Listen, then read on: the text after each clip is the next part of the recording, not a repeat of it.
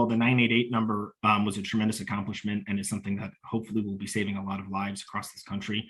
And so I was very pleased to see that happen.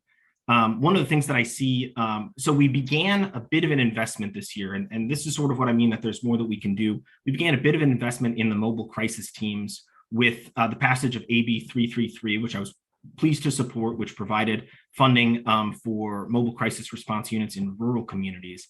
The governor had actually allocated an additional $1 million to that experiment and that program in his budget, which had been removed. But and we attempted to bring that back with an amendment.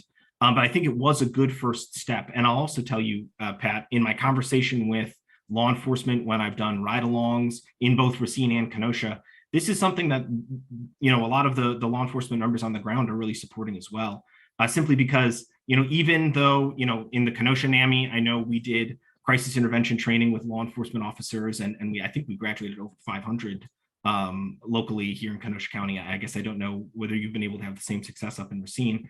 But even with that, I think law enforcement recognize that they have a specific duty and that they have specific responsibilities, and that oftentimes they're placed in a position that they aren't fully trained for, and that hopefully we can have people who are better trained in those circumstances to surround them, and that will also help assist our members of law enforcement in having more of a safe environment.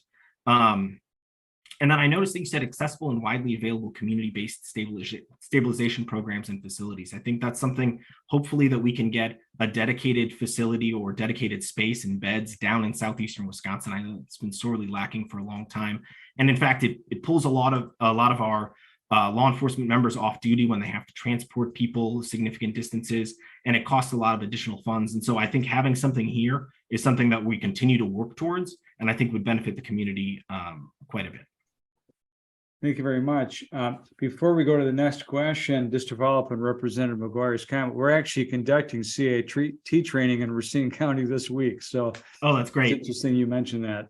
It's a great program, and everyone that I know who's gone through it has really felt very pleased and feels like it was a beneficial program for them.